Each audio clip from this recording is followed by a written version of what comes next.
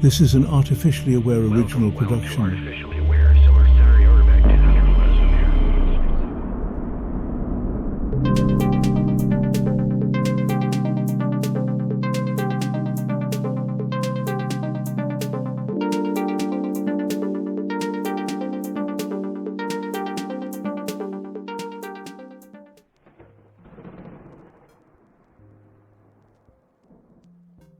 What does it mean to be free?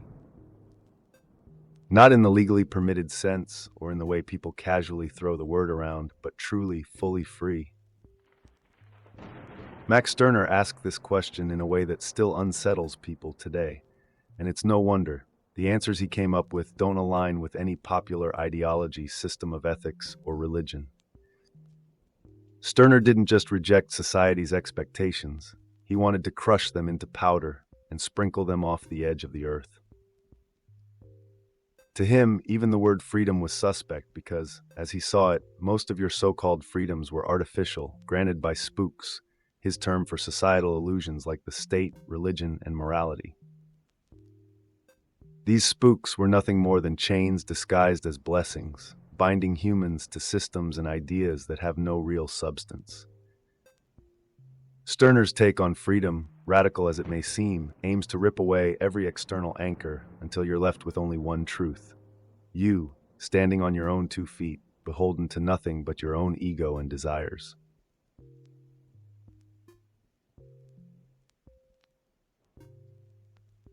But who was this Stirner, the man who lit such a dangerous fire and dared people to step closer?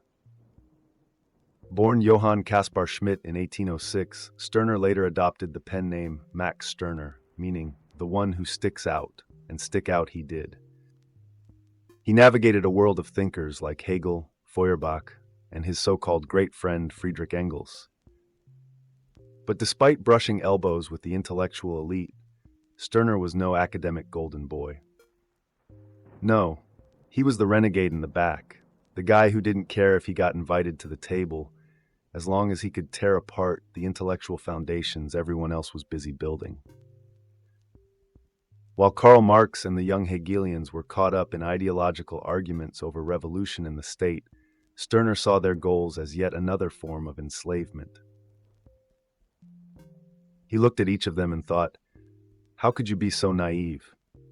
For Stirner, even these free thinkers were just slaves to new masters, ideals and causes that they mistook for personal truths, but were nothing more than invisible chains.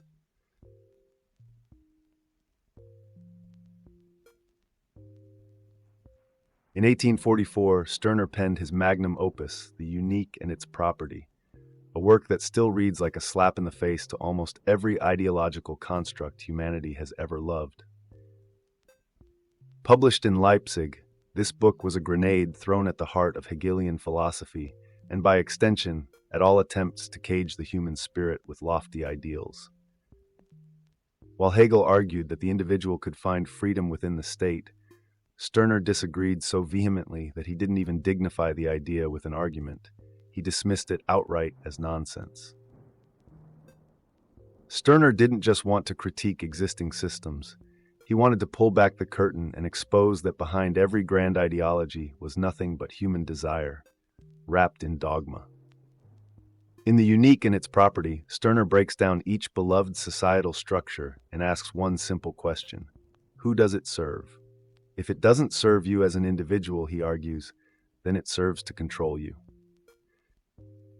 That, in his mind, made every cherished institution, state, religion, law, a leech sucking away your freedom piece by piece.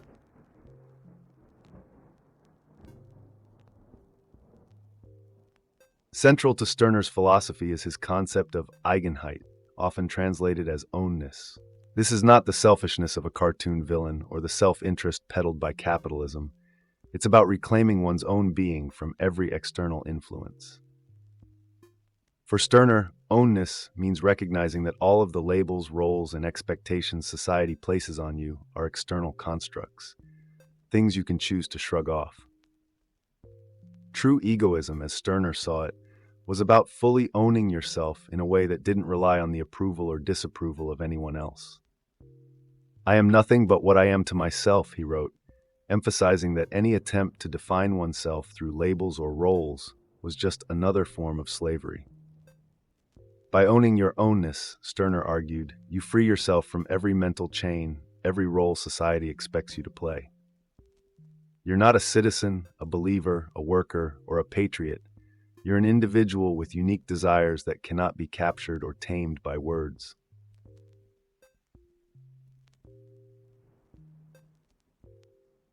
And then there are the spooks, one of Stirner's most notorious concepts. Picture it, your government, your church, your culture, all telling you who you are and what you should value. To Stirner, these weren't just misguided ideas, they were illusions, almost like ghosts that haunted people's minds and dictated their actions. The spook of society tells you that you must be a good citizen, a moral person, or a loyal believer, yet none of these labels have any reality except what society enforces. Stirner argued that most people are possessed by these spooks, and so they willingly become slaves, treating abstract concepts like morality, duty, or justice as if they were real things that deserved devotion. But to Stirner, these ideas were phantoms, cleverly disguised as virtues to distract individuals from pursuing their own paths. It's a terrifying thought, isn't it?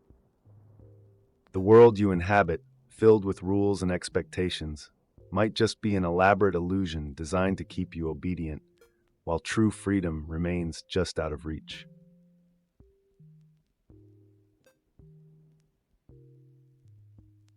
So where does that leave society's cherished ideologies? To Stirner, they're just elaborate systems of control dressed up as ideals. Communism, capitalism, humanism, he saw them all as new faces of the same monster. Take communism, for instance, which promises liberation through collective ownership. Stirner's reaction? He thought it was a fairy tale, one where individuality dissolves into a group identity, sacrificing personal freedom for the greater good. Or capitalism, with its glorification of competition and self-interest. To Stirner, this was no better, just a call to bow before the god of profit, a spook dressed in gold. Even humanism, with its noble goals, he critiqued as yet another tool to bind people to ideals of duty to others. Stirner argued that ideologies push the same agenda in different clothes, seducing you into believing in a cause higher than yourself. In his view, once you surrender to any ism, you've handed over your autonomy, allowing a mere phantom to direct your life.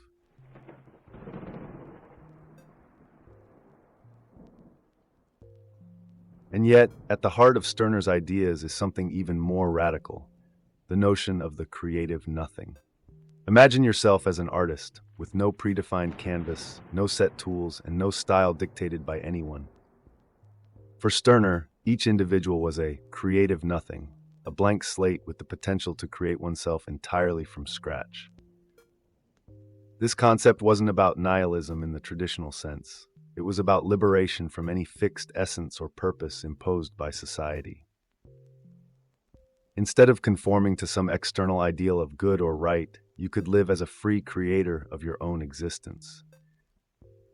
Stirner believed that the real tragedy of humanity was in surrendering this potential, trading the unknown for the comfort of prescribed roles and identities.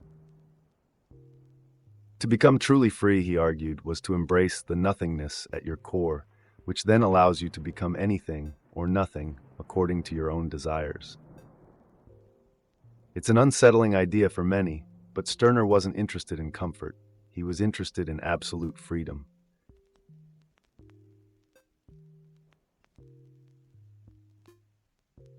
Stirner's take on property was no less controversial. In his view, property wasn't a right but a power, something you possess only as long as you can defend it. He wasn't advocating for robbery or brute force. Rather, he was pointing out the absurdity of viewing property as a moral entitlement. Property to him wasn't sacred. It was just another construct that society deemed necessary. The right to property, he argued, was just a spook enforced by the powerful to protect their interests. If you have something and can keep it, then it's yours by the sheer fact of possession, not by any moral or legal decree. This viewpoint ran counter to both capitalist and socialist notions of ownership. Stirner viewed property as something dynamic, defined by the individual's ability to assert control over it, rather than a right bestowed by a higher authority. It's an unsettling perspective for those who believe in rights, but for Stirner, freedom was incompatible with any ideology that told you what you should or should not possess.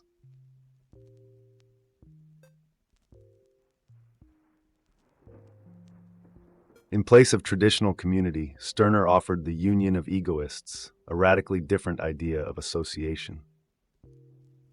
Where society demands loyalty, the union of egoists asks for nothing more than mutual benefit.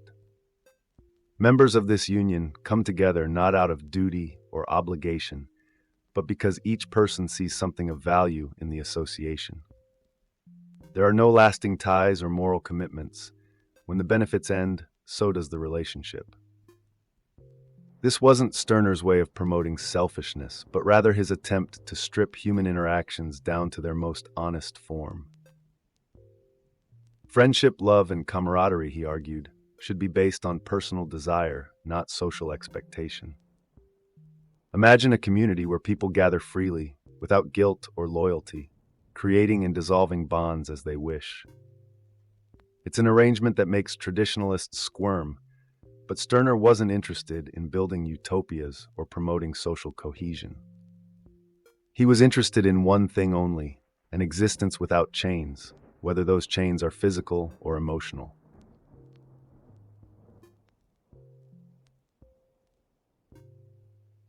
When it came to education, Stirner saw it as another means of liberation or oppression. Traditional education, in his mind, was nothing more than a factory designed to produce obedient citizens, loyal workers, and moral adherents. He called for something radically different, an education centered on personalism, where each individual is taught not to master external knowledge, but to understand their own desires, values, and strengths. Education, he argued, should empower you to discover who you truly are, free from societal imprints. Instead of feeding young minds with facts and figures, he envisioned a form of learning that would allow individuals to unearth their unique potentials without the influence of spooks like duty or obedience. Imagine a world where people were educated not to serve society but to serve themselves, where learning is driven by individual curiosity rather than standardized tests. Stirner saw education as a doorway to self-mastery, the first and most crucial step in the journey toward genuine freedom.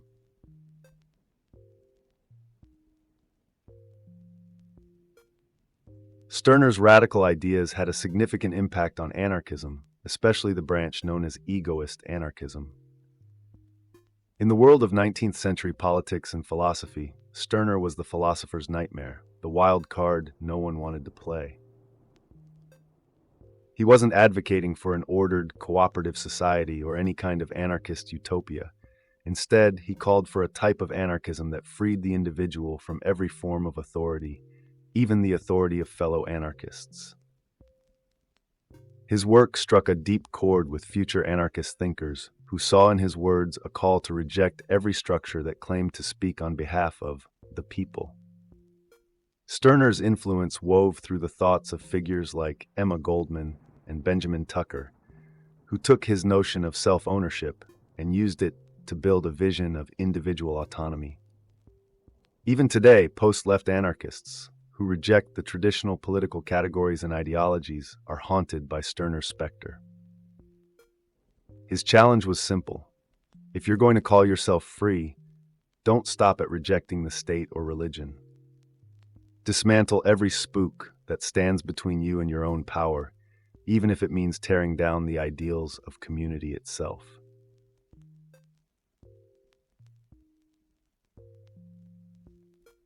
The question of Stirner's influence on Friedrich Nietzsche has been one of the most contentious debates in philosophy.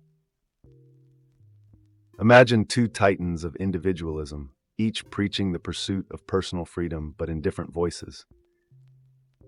Stirner's ideas about egoism and Nietzsche's concept of the Übermensch resonate with an eerie similarity. Both philosophers argue that true freedom lies beyond the constraints of morality, tradition, and social expectations. Did Nietzsche read Stirner's work? Scholars have debated this for over a century, with no clear answer. Some say the similarities are too great to be coincidence, while others argue that Nietzsche's philosophy, with its emphasis on will to power and the Übermensch, differs in critical ways. Yet the parallels are undeniable. Both men dismiss the values of their time and call for a rebirth of individual power, casting aside the need for external validation. Stirner's ghost seems to linger in Nietzsche's writing, whether Nietzsche invited it or not.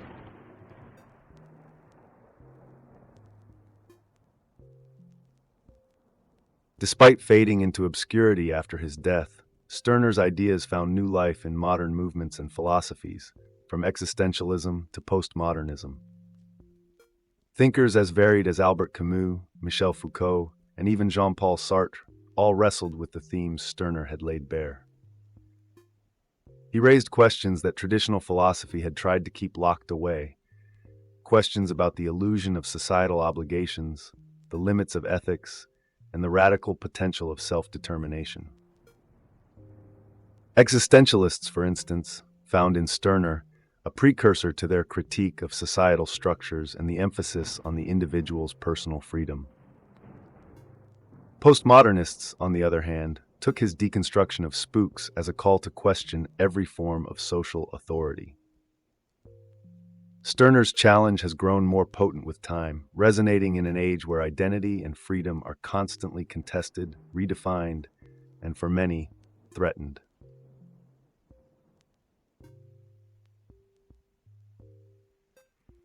And Stirner's ideas didn't just influence high-minded philosophers.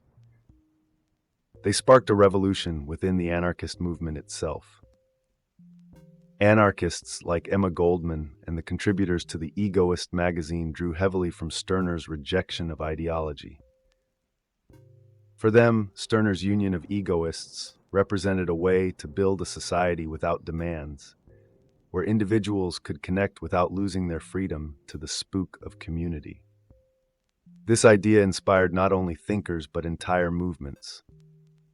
During the 1960s and 70s, countercultural groups and individualist movements revived Stirner's ideas, using them to critique everything from political parties to corporate culture.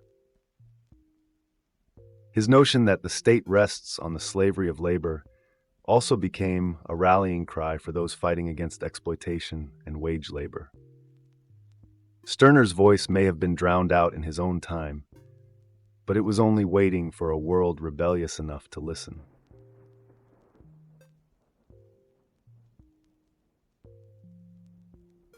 So here we are, standing face to face with Stirner's ultimate question: what does it mean to be free? For him, freedom was a state that required constant vigilance, a rejection of every social bond and mental construct that didn't serve the individual.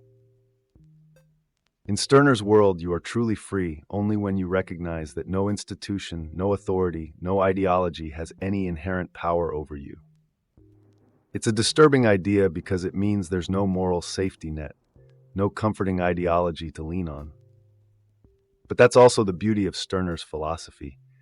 He doesn't just challenge the system, he challenges you to examine the invisible chains you carry with you. Are you prepared to confront them? To shatter the spooks that society has planted in your mind? Stirner's challenge is as alive today as it was nearly 2 centuries ago, daring each of you to ask, what illusions am I clinging to, and am I willing to be truly, irrevocably free?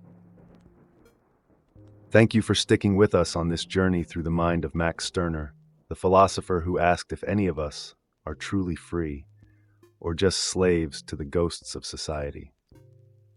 Stirner's ideas might be unsettling, maybe even uncomfortable, but sometimes that's exactly what we need to confront in order to find what freedom truly means. If you found value in today's deep dive, make sure to give us a like, subscribe for more thought-provoking content, And don't forget to leave your thoughts in the comments. How do you see freedom in a world filled with expectations, laws, and traditions? Do Stirner's ideas resonate with you, or do they go too far? Let's continue the conversation below, and as always, thank you for being part of this exploration. Until next time, remember, stay curious, stay questioning, and stay free.